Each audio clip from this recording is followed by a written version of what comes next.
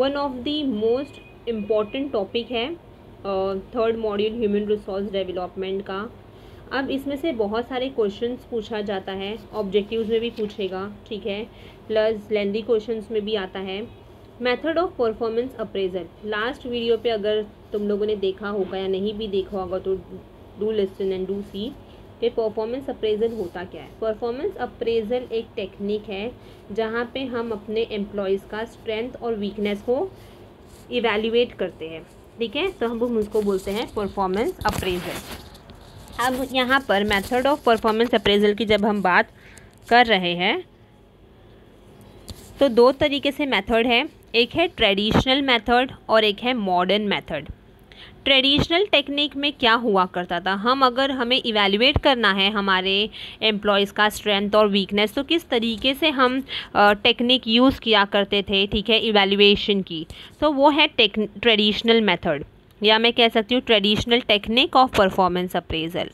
सबसे पहला पॉइंट है चेकलिस्ट। यहाँ पर एक चेकलिस्ट बनाया जाता है, ठीक है, जहाँ पर जितने भी वर्क रिलेटेड स्टेटमेंट है उन्हें दिखाया जाता है। For example quality of work, ठीक है, एक पर्टिकुलर एम्प्लॉय ने किस तरीके से काम किया है, उसका स्पीड कैसा था, उसका एटीट्यूड कैसा था, ठीक है। अब मैं जब बात करी हूँ क्वालिटी ऑफ वर्क की, तो उसने किस तरीके से काम किया है, तो यस अच्छे तरीके से काम किया है या उसका क्वालिटी बहुत ही ख़राब था। उसने टाइम कितना लिया, तो स्पीड ऑफ द वर्क है ना, लेस टाइम में कर लिया काम या उसने बहुत ज़्यादा टाइम ले लिया काम करने के लिए। और एटीट्यूड टूवर्ड्स वर्क, एरोगेंट था, इरिटेट था, पेशेंटली काम कर रहा था, मतलब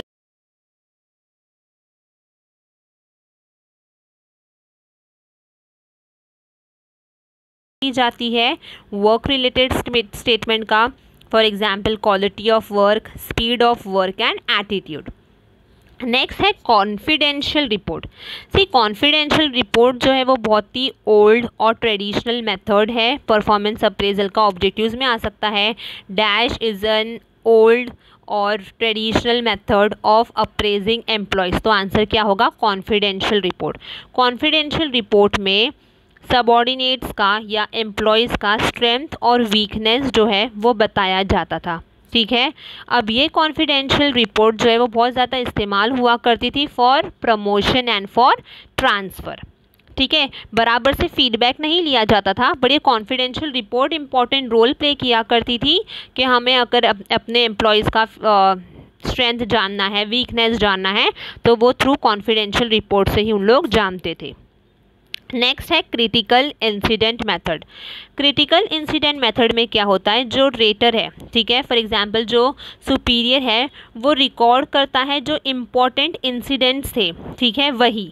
फॉर एग्जांपल अगर तो एक सेल्समैन है, ठीक है, और एक कस्टमर आया है, वो कस्टमर बहुत ज़्यादा बार्गेनिंग कर रहा था, वो अच्छे से पता चलता था कि मतलब ये जो कस्टमर है वो सामान नहीं खरीदेगा, बट फिर भी वो सेल्समैन ने इस तरीके से उसको सामान बताया, इस तरीके से उसका कम्युनिकेशन स्किल अच्छा था कि वो जो कस्टमर था उसने सामान लेकर ही गया है, ठीक है। तो ये क्या है, ये एम्प्लॉयज़ का पॉजिटिव पॉइंट आ गया है ना। तो यहाँ पर उसने ये चीज़ ध्यान रखी थी कि किस तरीके से इस पर्टिकुलर सेल्समैन ने आर्ग्यूमेंटिव कस्टमर को सामान बिकवाया, तो वो हाई स्कोर में आ गया है ना। तो ये जो मेथड है उसको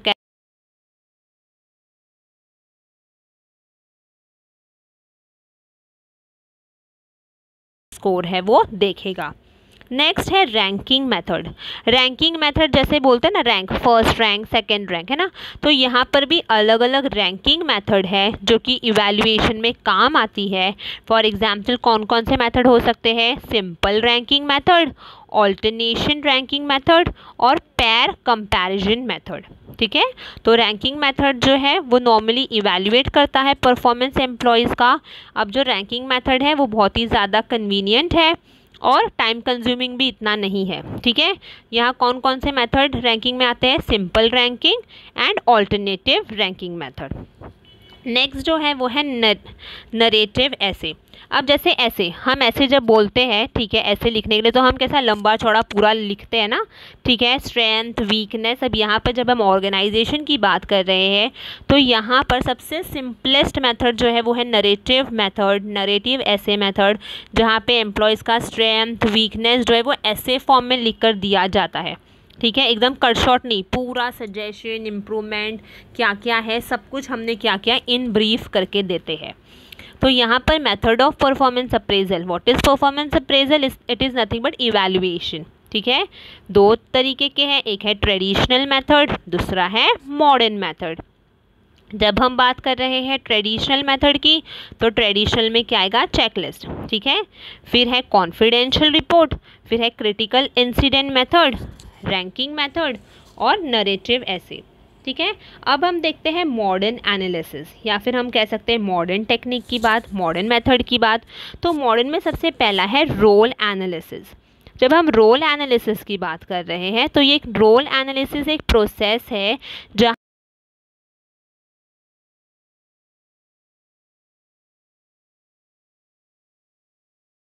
परफॉर्मेंस पे कितना असर हुआ है, ठीक है।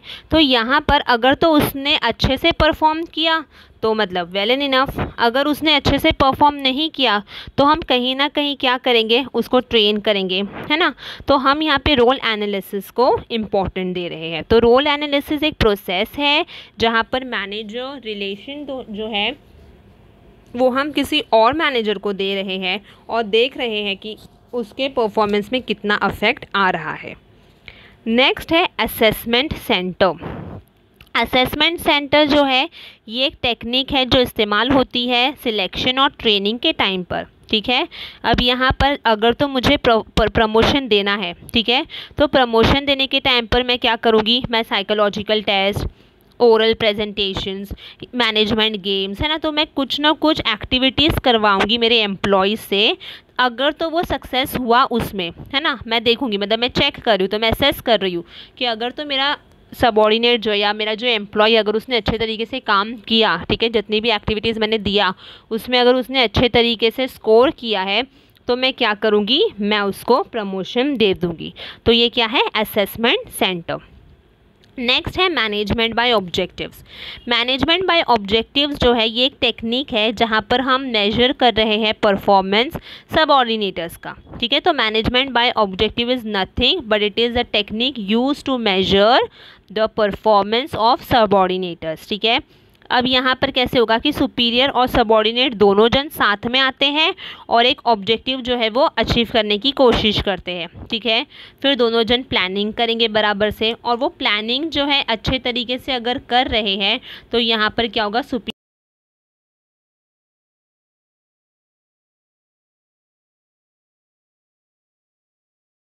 है management by objectives.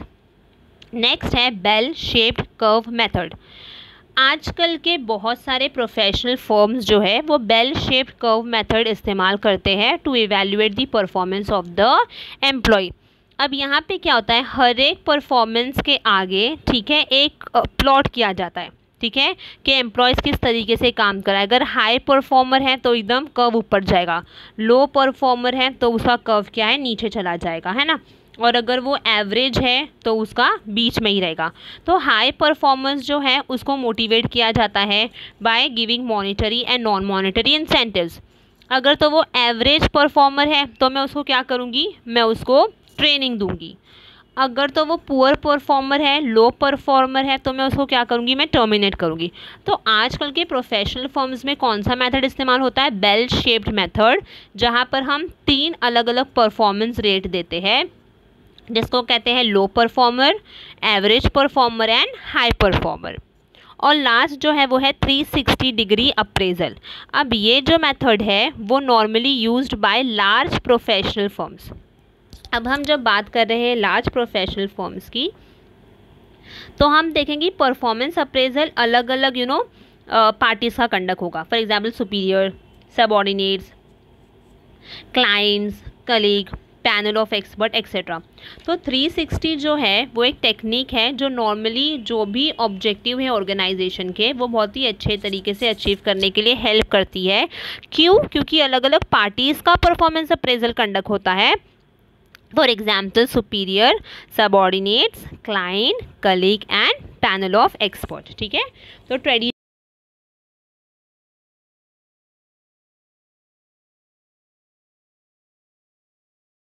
Simple I guess modern technique था। रोल एनालिसिस, रोल दे दिया, देख रहे हैं किस तरीके से वो उसको परफॉर्म कर रहा है। असेसमेंट सेंटर, हमने टेस्ट दे दिया, हमने गेम्स दे दिया है, हमने कुछ एक्टिविटीज़ दे दिया, अब हम चेक कर रहे हैं। फिर था मैनेजमेंट बाय ऑब्जेक्टिव, यहाँ पर हम परफॉर्मेंस देख रहे हैं सबऑर्डिनेटर्स की कि किस तरीके से परफॉर्म कर रहा है। बेल शेप्ड कर्व मेथड आजकल के जो प्रोफेशनल फॉर्म्स इस्तेमाल करते हैं, जहाँ पे हमने 3 कैटेगरीज में डिवाइड किया है, high performer, average performer, poor performer, और जो लास्ट था वो था हमारा 360 डिग्री अप्रेजल, जो लार्ज प्रोफेशनल फॉर्म्स जो है वो इस्तेमाल करते हैं। ठीक है, आई होप ये जो कॉन्सेप्ट था आज का मेथड ऑफ परफॉर्मेंस अप्रेजल वो काफ़ी सिंपल और इजी लगा होगा।